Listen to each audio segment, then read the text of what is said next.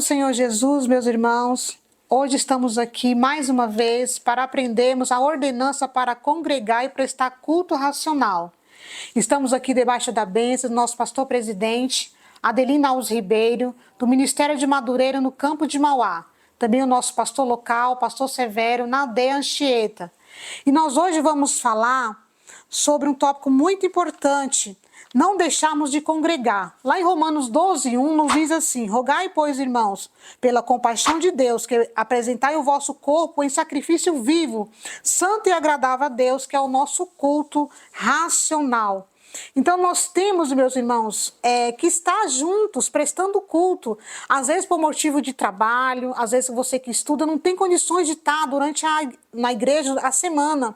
Mas é necessário que você não deixe de congregar, que você esteja prestando culto racional a Deus. Isso nos diz a palavra do Senhor. Nós vimos também lá em Efésios 4:16, que fala que um membro, ele fortalece o outro, e Cristo fortalece a igreja. Então, quando nós estamos congregando junto com nossos irmãos, é um fortalecendo o outro. É como uma fogueira, quando mais juntos ali, um aquece o outro. Nós vimos que a igreja, ela está aqui na terra, ela tem um significado. Ela tem o significado e sua missão. O significado da igreja é a união de todos aqueles que foram escolhidos e chamados por Deus. Olha o privilégio que nós temos. Nós não fomos somente escolhidos, mas fomos chamados por Deus para estar aqui nessa terra. E nós também temos uma missão. E a nossa missão, em primeiro lugar, é evangelizar o mundo. Em segundo lugar, para os crentes cultuar e adorar a Deus. Em terceiro lugar, para praticar mordomia cristã, ajudando a igreja e ao próximo. E em quarto lugar, para ensinar os discípulos e o aprendizado da vida cristã. Para cada crente chegar à medida estrutural de Cristo, na unidade da fé. Isso você vai encontrar lá como base em Efésios 4:11-15. Então nós temos um chamado, nós temos uma missão e nós temos que exercer esse chamado que o Senhor fez nas nossas vidas. Nós vimos aqui no tópico 1:2, os que habitam na casa do Senhor são bem-aventurados. O que significa bem-aventurado? Felizes são aqueles que habitam na casa do Senhor. O salmista Davi, ele fala lá no Salmo 122, quando ele fala assim: alegrei-me quando me disseram, vamos à casa do Senhor. Então, quando nós estamos na casa do Senhor, nós somos alegres, nós somos bem-aventurados, nós somos felizes por isso. Aqui no tópico 3, fala assim: como é bom e agradável que os irmãos vivam em união. Isso é muito importante, meus irmãos. Nós temos comunhão um com o outro, nós vivemos em união, nós compreender a fraqueza do nosso próximo, nós ajudarmos o nosso próximo, porque nós somos fracos.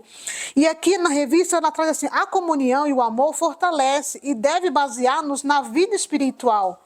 Então, a união e o amor, ela fortalece a igreja. E nós devemos basear na vida espiritual.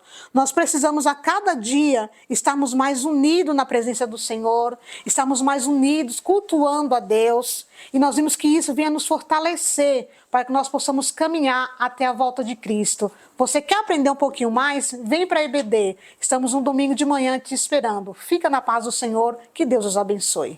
Olá, meus irmãos, a paz do Senhor Jesus a todos. Quero desde já agradecer a cada um de vocês por estar nos assistindo e nos acompanhando nesse estudo, onde nós vamos ver que as lições desse trimestre, elas serão de importante auxílio para juntos continuarmos a cumprir aquilo que Jesus Cristo ele nos ordenou. Hoje, no tópico de número 2, nós vamos falar sobre não perdendo o desejo de congregar. E, meus irmãos, hoje em dia, infelizmente, nós vivemos num país de desigrejados, onde as pessoas se descrentem, mas elas não têm um hábito e nem o costume de ir na igreja. E quantos de nós conhecemos pessoas que vão atrás de campanha, que assiste culto online, que vai atrás de bens, que vai atrás de vitórias, mas não congregam. Então, a partir dessa ideia, a partir desse princípio, e depois do que nós aprendemos com a nossa irmã Neilde, olhamos e pensamos, qual que é o motivo que leva as pessoas a abandonarem a igreja? E o bispo Abner Ferreira, ele vai pontuar isso num dos tópicos dele, e ele vai dizer, por que alguns abandonam a igreja? E resumidamente, meus irmãos, eu acredito que um dos principais motivos das pessoas abandonarem a igreja é a falta de maturidade espiritual. A maioria das pessoas, elas se decepcionam com pessoas dentro da igreja, sejam elas pastores, líderes, sejam elas os irmãos, elas saem da igreja e elas, por um simples motivo. E eu acredito que essa falta de maturidade espiritual começa a fazer com que essas pessoas elas percam o sentido, que é realmente o real motivo delas estar ali, que é a necessidade de estar na casa de Cristo. E o que devemos entender e aprender é que a igreja, ela não é o céu. A igreja, ela não é o jardim do Éden. Na igreja, vamos lidar com pessoas que infelizmente não vão nos agradar o tempo todo. Mas precisamos nos moldar, precisamos ter paciência com os nossos irmãos, precisamos amar mais os nossos irmãos. Não é assim no nosso trabalho, na nossa profissão, nos nossos estudos, nós não precisamos nos moldar, nós não precisamos nos relacionar melhor. Até na nossa família nós precisamos se relacionar melhor para juntos vivermos em comunhão, pelo mesmo propósito. E assim é a igreja. Então não é porque as coisas não é do jeito que você quer ou porque você não está sendo agradado que você vai abandonar a igreja, que você vai deixar de congregar. Nós precisamos ter maturidade para entender a necessidade de estarmos congregando na casa de Deus. Nós precisamos ter a maturidade de entender o real sentido e a motivação de estarmos na casa de Deus. E não é por conta de um irmão, e não é por conta de uma irmã. A gente está ali olhando para Cristo. O nosso alvo é Cristo.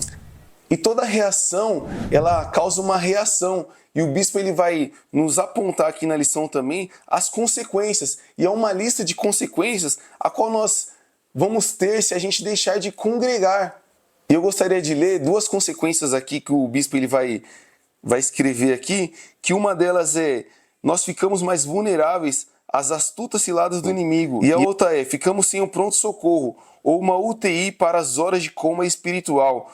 Ou seja, meus irmãos, congregar é importante, porque fortalece a nossa vida espiritual. A partir do momento que nós entendemos a necessidade de congregar, de viver em comunhão, de prestar um culto racional a Cristo, igual a nossa irmã falou, a gente está entendendo o real sentido, aquilo que Deus ele quer para nós. E quantas das vezes nós estamos tristes, quantas das vezes nós estamos abatidos, quantas vezes nós estamos cansados, desanimados, e a gente vai para a igreja, a gente encontra refrigério, alegria, a gente encontra ânimo.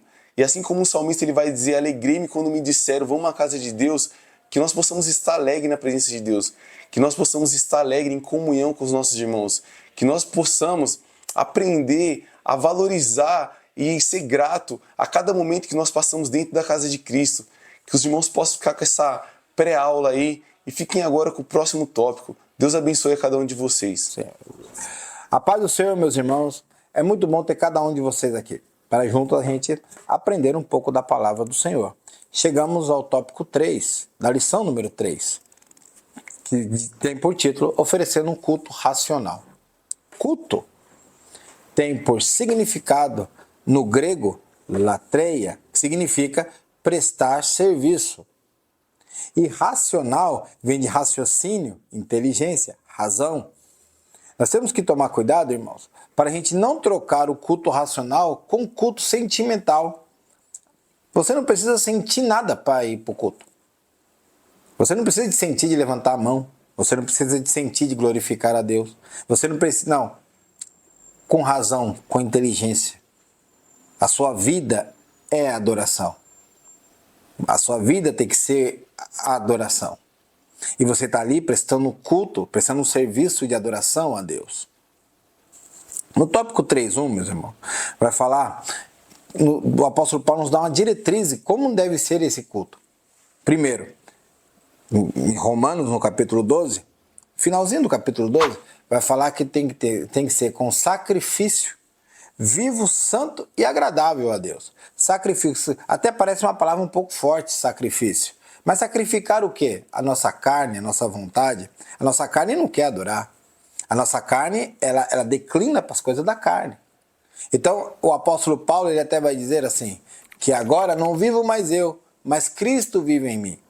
O apóstolo Paulo vai falar agora, em outras palavras, ele está dizendo, não é mais as minhas vontades, é a vontade de Deus que está sobre mim agora. Sacrifício vivo não pode ser algo mecânico, algo morto. A adoração tem que ser viva, vindo do coração. A Bíblia também vai dizer que tem que ser algo santo. Nós não podemos, no culto que vão prestar a Deus, ele não pode ser um culto com mistura. Não podemos misturar o santo com o profano. E agradável, de boa vontade. Tópico 3.2 vai dizer, meus irmãos, que Deus está procurando os verdadeiros adoradores. Se está procurando os verdadeiros adoradores, é porque existe aquela adoração que é falsa. Existe aquela adoração que não é sincera.